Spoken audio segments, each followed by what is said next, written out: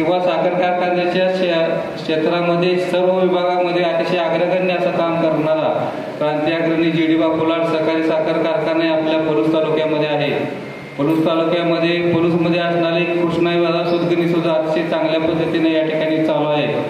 पलूस तालुक्यामध्ये पलूस असो बेलोडी असो या ठिकाणी व्यापार उद्योग सुद्धा चांगला आहे.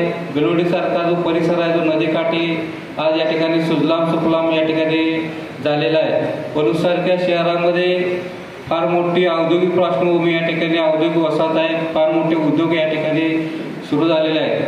परंतु भविष्यामध्ये येणाऱ्या काळामध्ये आज या ठिकाणी रौप्य महोत्सव साजरा करत असताना म्हणून किंवा रौप्य महोत्सवानिमित्त रौप्यरत्न हा विशेषांक प्रसिद्ध करत असताना व्यासपीठावर या ठिकाणी नेते मंडळी आहेत, सर्व क्षेत्रामध्ये काम करणारी मंडळी आहेत. येणाऱ्या पुढच्या 25 वर्षामध्ये पलूस तालुका कसा डेव्हलप झाला पाहिजे, पलूस तालुक्याची कशी प्रगती झाली पाहिजे याचाही लेखाजोगा, याचाही काही चर्चा विचारमंथन या व्यासपीठावर झालं पाहिजे आणि त्या दृष्टिकोनातून पुढच्या 25 वर्षांमध्ये पलूस तालुक्याची वाटचाल झाली पाहिजे ही या कार्यक्रमाच्या निमित्तानं एक अपेक्षा ठेवायला खरं तर काय हरकत नाही.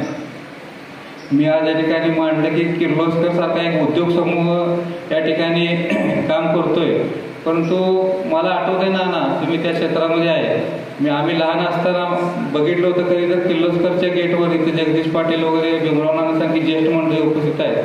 किर्लोस्करच्या कंपनीमध्ये कधी गेटवर गेला आपण तर लोंढाच्या लोंढा कामगारांचा या ठिकाणी त्या कंपनीतून बाहेर पडत होता. आपल्या परिसरातील तालुक्यात काम करणारे अनेक मंडळी त्या ठिकाणी कामकाज करत होती. परंतु अलीकडच्या काळामध्ये फार मोठी त्यामध्ये कपात झाली. बरेचसे कामगार कमी झाले, कॉन्ट्रॅक्ट बेस आलं.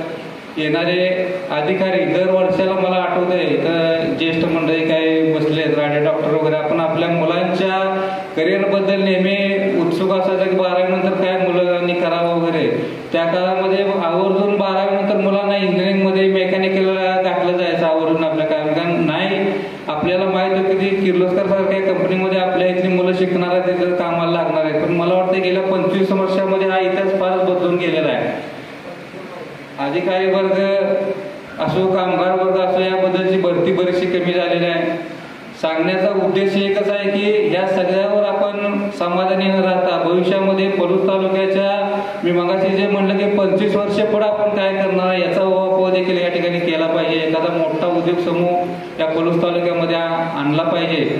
मी आत्ताच सांगितलं की साखर कारखान्यामध्ये अग्रगण्य असणारे क्रांती अग्रणी जी डी बापू कारखाना या ठिकाणी चालू आहे.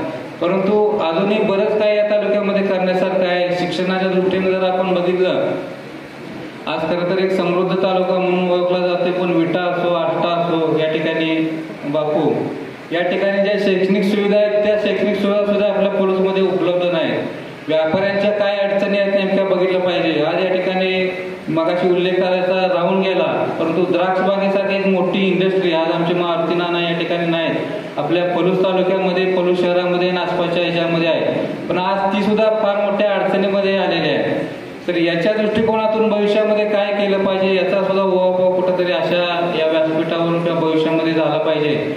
आणि आपला पलूस तालुका निर्माण झाला त्याला 25 वर्षे झाली ही चांगलीच गोष्ट आहे. कारण पलूस तालुका हा त्या काळच्या शासनानं आता उल्लेख केलाच पाहिजे. युती शासनानं त्यावेळेचे ग्राम विकास मंत्री अण्णासाहेब डांगे यांच्या खरं तर प्रयत्नातून त्यावेळी पतंगराव कदम साहेब यांच्या संकल्पनेतून अण्णासाहेब डांगेंची हा तालुका करताना प्रशासकीय दृष्ट्या सोयीचा तालुका व ही भूमिका कदाचित असणार आहे.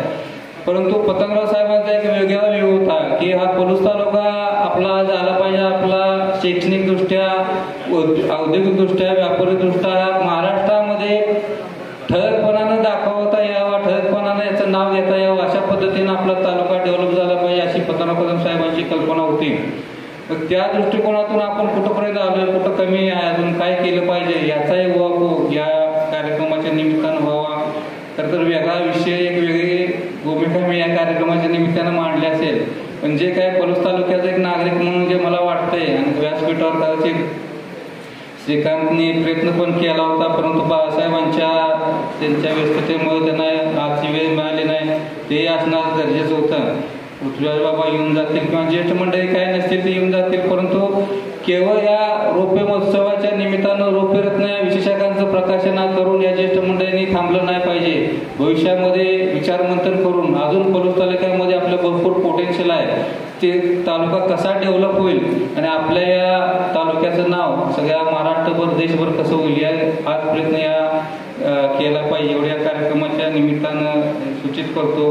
विशाखदादा सुद्धा या ठिकाणी आहे. दादा आम्ही लहानपणी असताना ऐकत होतो, म्हणजे सांगायला पाहिजे तुम्हाला की वसंतदादा नाना इथं पलूसमध्ये रेल्वेच्या आगगाडी, आम्ही त्यावेळेला आगगाडी म्हणायचो, आगगाडीचा डब्याचा कारखाना इथं निर्माण करण्याचा एक उद्योग होणार आहे असं त्यावेळेला मी ऐकत होतो. आता तुम्ही खरोखरच एक अतिशय काय म्हणतो महाराष्ट्रामध्ये नव्हे तर देशामध्ये जे ऍक्टिव्ह खासदार आहेत त्यामध्ये आपण आहे, संसदेमध्ये आपण अगदी चांगल्या पद्धतीनं काम करताय. जे काय पलूस तालुक्यामध्ये पोटेन्शियल आहे ते बघून पलूस तालुका कसा डेव्हलप करायचा या दृष्टिकोनातून आपण प्रयत्न करणं ही आपल्या सगळ्यांची जबाबदारी आहे. एवढ्या कार्यक्रमाच्या निमित्तानं एक भूमिका व्यक्त करतो. एक वेगळी भूमिका मांडली तर श्रीकांतनं हा चांगला प्रयत्न केलेला आहे, त्याला सगळ्यांनी सहकार्य केलेलं आहे. वेगवेगळे लेख त्यामध्ये आपण सगळ्यांनी मांडलेले आहेत. भोसले सरांच्या सारखे एक मान्यवर मंडळी म्हणजे संपादकांच्या हस्ते त्याचं प्रकाशन होतंय, त्याला आपण या कार्यक्रमाच्या निमित्तानं व्यक्तीच्या मी शुभेच्छा देतो. आपण सगळे शुभेच्छा द्यायला उपस्थितच आहे. परंतु व्यासपीठावरील सर्व मान्यवर मंडळींना पुन्हा आम्ही विनंती करतो की 25 वर्षानंतर कदाचित नाना आम्ही काय कोण असेल नसेल श्रीकांत नक्कीच असणार आहे. पण माझं एक मत आहे की ज्या काय भूमिका मी इथे विषद केल्या त्याच्यावर त्या ठिकाणी तुम्हाला लिहिता आलं पाहिजे की बाबा माझ्या 25व्या रोपरत्न ह्या मासिकाच्या विशेषांकाच्या विषयी ह्या विषयावर चर्चा झाली आणि त्यातलं किती पूर्ण झालं किती अपूर्ण झालं या त्या रूप सुवर्णरत्न म्हणूया सुवर्णरत्न पण तुम्ही नक्कीच त्या असणार आहे, आम्ही कोण असो नसो, पण ते व्हावं ही भूमिका व्यक्त करतो. आणि पुन्हा एकदा व्यासपीठावरील सर्व मान्यवर मंडळींचं या ठिकाणी स्वागत करतो आणि बोलण्याच्या वगैरे काय अनावधान जर चूक झाली असेल तर दिलगिरी व्यक्त करतो आणि उपस्थित आपण सर्वांचं मान्यवरांचं स्वागत करून माझं स्वागत प्राप्त करतो.